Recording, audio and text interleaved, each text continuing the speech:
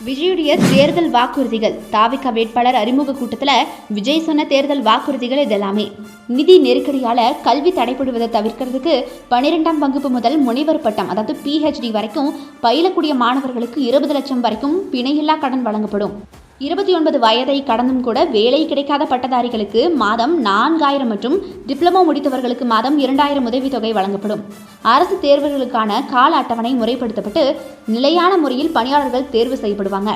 75% தமிழர்களுக்கு வேலை வழங்கக்கூடிய தனியார் நிறுவனங்களுக்கு மாநில GST அதாவது SGST வரியில 2.5% மானியமும் மின் கட்டணத்தில் 5% மானியமும் வழங்கப்படும்.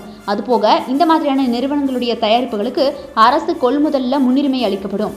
தமிழகத்தை போதைப்பொருள் இல்லாத மாநிலமாக மாற்றுவதற்கு சிறப்பு செயல்பாட்டு முறைகள் அதுபோக அணுகுமுறைகள் தீவிரமாக அமல்படுத்தப்படும். ஸோ மக்களே, இந்த மாதிரி விஜயுடைய தேர்தல் வாக்குறுதிகள் இதெல்லாமே சிந்திச்சு செயல்படுங்க.